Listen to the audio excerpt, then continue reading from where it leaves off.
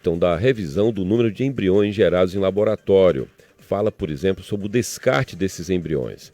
Há mudanças também com relação ao chamado exame de biópsia embrionária. São várias questões que interessam a muita gente que acompanha isso, seja por interesse pessoal, seja por uma visão, inclusive, religiosa, enfim.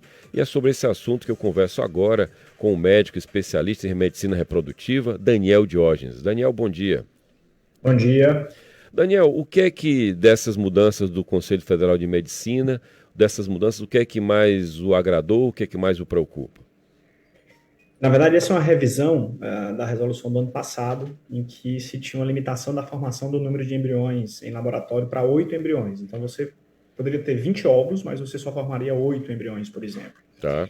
Era muito complicado, porque a paciente acabava tendo um número reduzido de embriões e, consequentemente, ela teria que fazer mais procedimentos se não engravidasse com a primeira leva de embriões. Então, o conselho voltou atrás, depois de muita reclamação, de muita Uhum. briga, e hoje ele permite que voltemos a 2020, quando você podia utilizar todos os óvulos. Então, se você tem 20 óvulos, você pode formar 20 embriões. É Então, essa o. foi a principal Uhum. mudança Tá, e positiva. tá.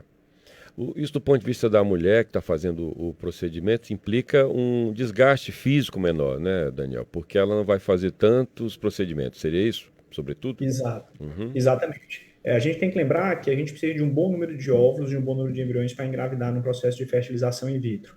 Tá. Então, se você restringe isso, você tem que submeter essa paciente a mais procedimentos. Isso aumenta custo, aumenta desgaste físico e emocional. Então, essa resolução que tinha mudado ano passado, né, foi muito ruim nesse ponto de vista. Agora eles voltaram atrás e isso foi fantástico. Qual era o sentido de ter sido restringido isso antes, hein?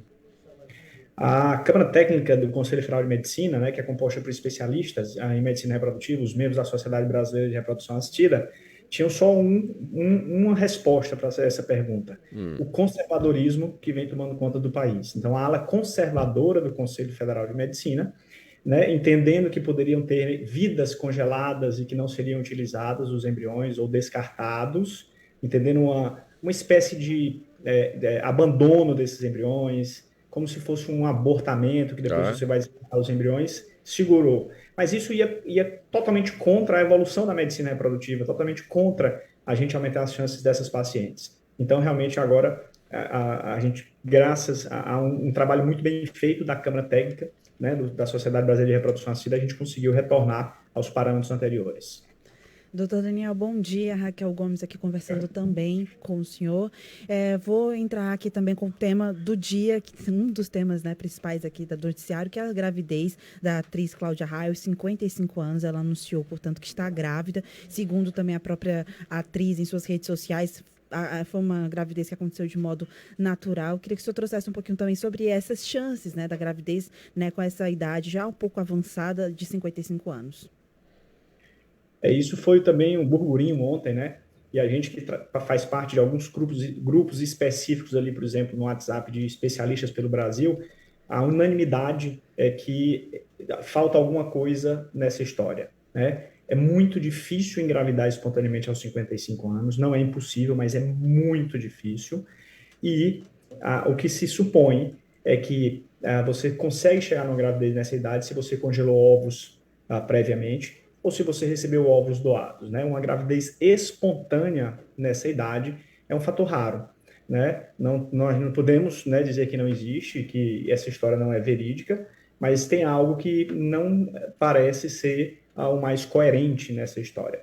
Isso é muito ruim, e isso foi uma reclamação de todos os especialistas ali no Brasil. Por quê? Porque isso leva para a população leiga a falsa impressão de que é muito fácil e de que se a Cláudia Raia ou qualquer outra atriz que tem um poder de penetração muito grande diz que engravidou espontaneamente, nós vamos ter pacientes que vão esperar, esperar, esperar, e essa postergação da gravidez vai ser muito ruim para elas, porque a gente sabe que a idade é o principal fator, né, de fertilidade, de qualidade de óvulos.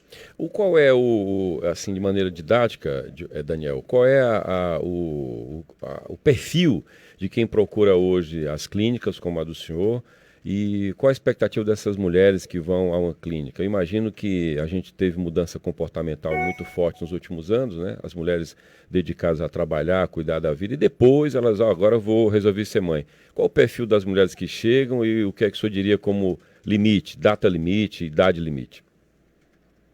a 80% das mulheres hoje, né, dos casais que buscam tratamento de medicina reprodutiva, a mulher tem acima de 35 anos de idade.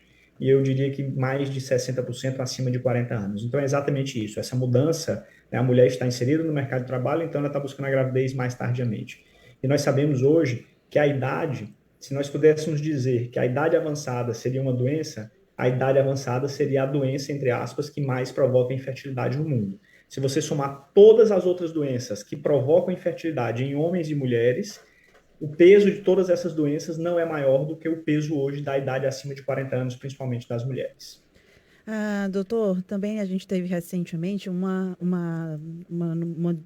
modificação também em relação à lei que permite a laqueadura para mulheres acima de 21 anos de idade, né? Essa aprovação sem a necessidade ali da aprovação do marido, foi um projeto de lei que foi aprovado recentemente na Câmara. Eu queria que o senhor falasse um pouquinho mais sobre esse processo da laqueadura, sobre o perfil das mulheres também que realizam esse procedimento, sobre as que também o procuram aí no seu consultório, muitas vezes até ali com uma mudança de opinião em relação ao procedimento.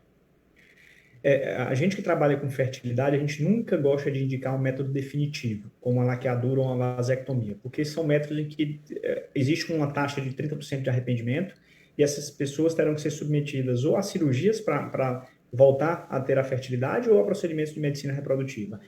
Mas no Brasil, em que você tem uma grande massa de mulheres que não têm aquele nível socioeconômico, educacional, e que engravida muito cedo e que tem muitos filhos, então, o projeto é importante por isso.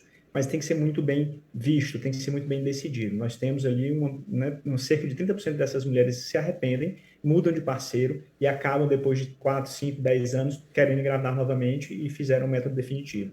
E vale lembrar que nós temos métodos não definitivos espetaculares de longa duração, como os DIUs, como os implantes. Então, isso o Sistema Único de Saúde oferece, os planos de saúde oferecem, então falta mesmo um trabalho educacional de base para mostrar para aquela menina que está entrando na puberdade que ela não precisa ter um método definitivo e que ela pode usar um método não definitivo, seguro e de longa duração, que vai, né, impedir que ela engravide em sequência uma série de vezes.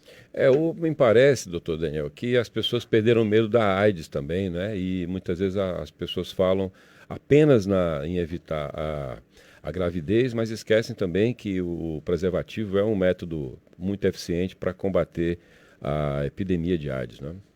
Essa tua afirmação foi fantástica, porque parece que a gente esqueceu que existe DST, né, que hoje a gente fala até IST, que são as infecções. Porque o que aconteceu? O Brasil tem um sistema muito eficiente de controle do HIV, né, é um dos países líderes em distribuição dos antirretrovirais. E hoje, com os antirretrovirais atuais, você tem uma vida dentro da normalidade. O paciente que é HIV positivo, se ele usa o antirretroviral, se ele faz um segmento e ele consegue fazer isso pelo Sistema Único de Saúde, ele não tem a manifestação da doença em si, né? Da AIDS, né? Da síndrome da imunodeficiência. Então, morre-se muito menos. Se morre muito ainda, mas se morre muito menos hoje do HIV do que acontecia na década de 80, na década de 90. Então, se perdeu o medo. Isso é ruim, porque você não vê tantas campanhas para o uso da camisinha como você tinha nos anos 80 e 90. Existem outras ISTs, você tem aí as hepatites, como hepatite B, hepatite C, própria sífilis, que a gente acha que era doença do século passado, ela está aí e é muito presente. E essas doenças provocam danos, provocam morte, provocam cânceres no fígado, por exemplo. Então, a gente teria que ter um retorno a todo aquele trabalho que foi feito a partir da década de 80, sem dúvida nenhuma. Ok. Daniel, muito obrigado pela entrevista. Foi um prazer. Boa sorte para o senhor. Muito obrigado, eu que agradeço. Um abraço. Muito obrigado. Eu conversei com o médico Daniel Diógenes, especialista em medicina.